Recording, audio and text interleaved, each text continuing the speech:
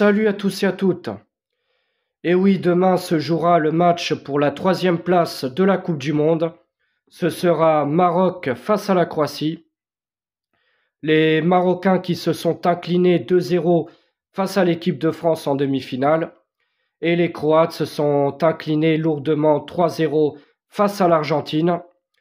Alors, ces deux équipes se sont affrontées pour la première fois de leur histoire, c'était au début de cette Coupe du Monde, où ces deux équipes ont fait 0-0.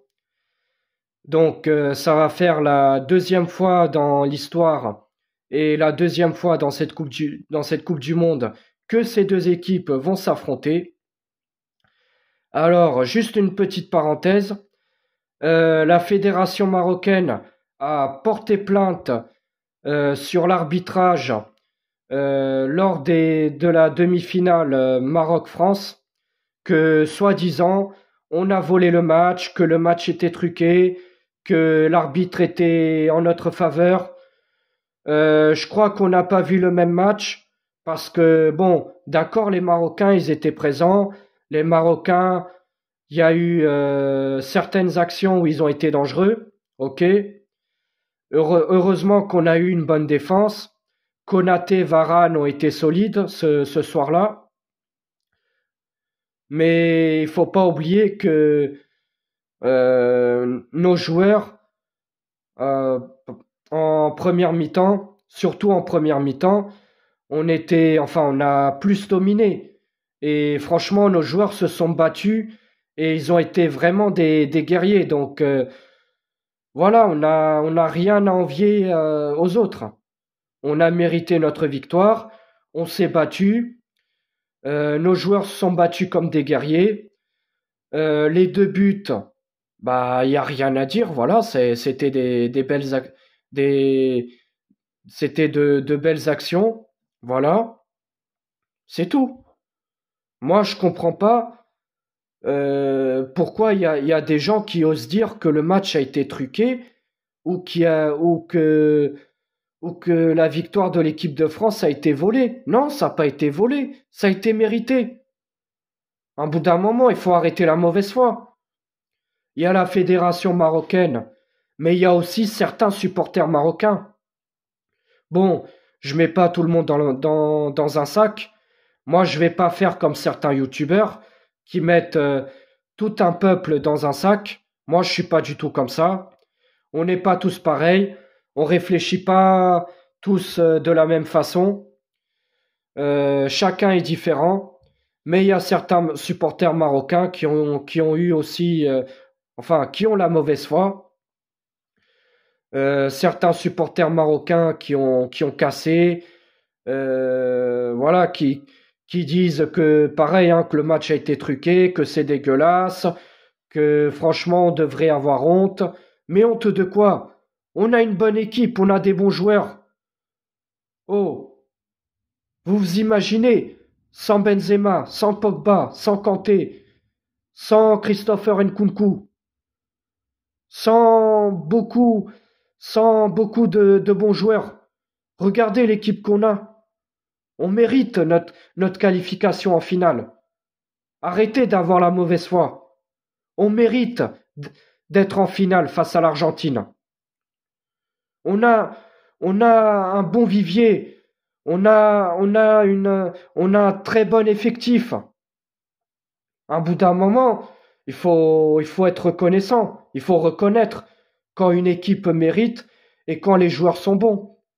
Il faut arrêter de trouver des excuses. Hein, le match a été truqué, on est des voleurs, l'arbitre était en notre faveur. Ah, franchement, la fédération marocaine, ah, vous me décevez, hein, franchement, vous êtes des mauvais joueurs. Des mauvais joueurs, vous êtes. Après, bon, certains supporters marocains aussi ont été mauvais joueurs, voilà. Mais après, c'est pas tous les supporters marocains, bien sûr. On n'est pas tous pareils.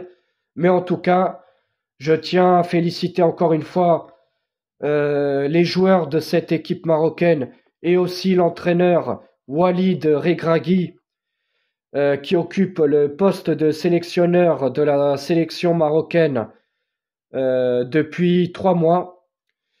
Le Maroc, qui est la première équipe africaine à avoir joué une demi-finale d'une Coupe du Monde. Donc en tout cas, bravo à tous les joueurs et aux sélectionneurs. Alors, cette équipe marocaine qui est pour l'instant 22e du classement FIFA, le Maroc qui a six participations en Coupe du Monde. Cette année, c'est leur sixième participation. Leur meilleur parcours, c'est bien sûr cette année. Euh, cette année ils ont atteint les demi-finales. Et ils peuvent finir troisième de la Coupe du Monde demain s'ils arrivent à battre la Croatie. Alors, le meilleur buteur de l'histoire du Maroc, c'est Ahmed Farras, qui a marqué 36 buts. Alors, Ahmed Farras, à l'heure actuelle, il a 76 ans. Il a porté les couleurs de sa sélection de 1965 à 1979. Et le joueur avec le plus de sélections, qui a été le plus sélectionné, c'est Noureddine Naïbé, qui a 115 sélections. Alors, ce joueur qui a débuté sa carrière au Wydad AC, ensuite il est passé par le FC Nantes, ensuite il a joué au Sporting Portugal, ensuite au Deportivo La Corogne, et il a terminé sa carrière à Tottenham Hotspur. Et il a porté les couleurs de sa sélection de 1990 à 2005. Ce joueur, à l'heure actuelle, il a 52 ans. Il a pris sa retraite en 2003, Noureddine Naïbé. Donc voilà. Et du côté croate, les Croates, pareil, ils ont six participations en Coupe du Monde. Cette année, c'est leur sixième participation. Leur sixième. Oui, c'est leur sixième participation. Mais bon, après la Croatie, ça fait depuis 1992 qu'ils existent. La sélection croate, on peut dire que c'est une jeune sélection, si on peut appeler ça comme ça. La sélection croate qui est née en 1992. Ils ont le même nombre de participations que le Maroc. Mais bon, après le Maroc, c'est une sélection beaucoup plus ancienne. Les Croates, leur meilleur parcours en Coupe du Monde, c'était lors de la dernière Coupe du Monde, lors de la dernière édition de la Coupe du Monde en 2018 en Russie, où les Croates avaient quand même réalisé un exploit d'être finalistes. Et ils se sont inclinés 4-2 face à l'équipe de France, qui a remporté sa deuxième Coupe du Monde et qui a décroché sa deuxième étoile. Donc, le meilleur buteur de l'histoire de la sélection croate, c'est Davor Šuker, qui était un très grand joueur. Šuker qui a porté aussi les couleurs de la sélection yougoslave de 1987 à 1991. Parce que avant, la Croatie, la Serbie, le Kosovo, la Slovénie et le Monténégro, c'était un seul pays, c'était la Yougoslavie, tous ces pays-là étaient unifiés, voilà, c'était la Yougoslavie. Et c'est à partir de 1992 que la Croatie a quitté l'Union, a quitté la Yougoslavie, elle s'est détachée de la Yougoslavie. Donc ensuite, Šuker a porté les couleurs de la sélection croate de 1992 à 2002. Suker, à l'heure actuelle, il a 54 ans. La sélection croate, bon, j'ai pas connu cette époque-là, mais en 1998, en demi-finale, les Croates avaient joué face à l'équipe de France. Heureusement que ce jour-là, il y a eu un très grand Lilian Thuram, parce que la Croatie aurait pu nous battre en demi-finale. C'était quand même chaud. Et Suker, c'était quand même un attaquant incroyable. Il était dangereux, cet attaquant. Cet attaquant qui a débuté sa carrière au NK Osijek, un petit club croate. Ensuite, il est passé par le Dinamo Zagreb. Après le Dinamo Zagreb, il a joué pour le FC Séville. Ensuite, il est passé par le Real Madrid. Ensuite, il a joué à Arsenal. Après Arsenal, il est allé à West Ham. Et ensuite, il a terminé sa carrière au TSV Munich 1890. Suker qui a pris sa retraite en 2003.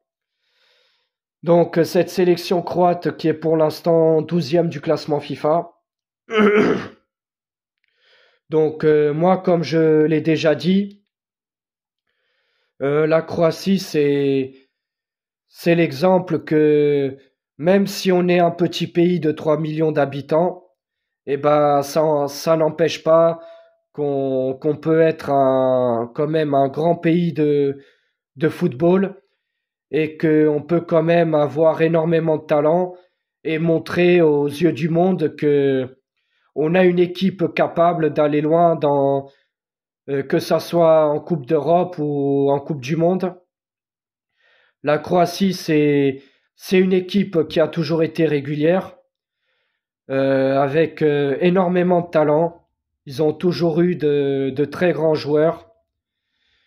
Et le joueur qui a le plus de sélections, qui a été le plus sélectionné, c'est bien sûr Luka Modric, qui a 161 sélections. Voilà, c'est le joueur avec le plus de sélections du côté croate. La Croatie qui est toujours entraînée par Zlatko Dalic, qui était déjà l'entraîneur de cette sélection en 2018. Donc, est-ce que Luka Modric, avant de prendre sa retraite, va quand même, enfin, est-ce qu'il finira troisième de sa dernière Coupe du Monde? Parce que Luka Modric, il a 37 ans, il va bientôt prendre sa retraite.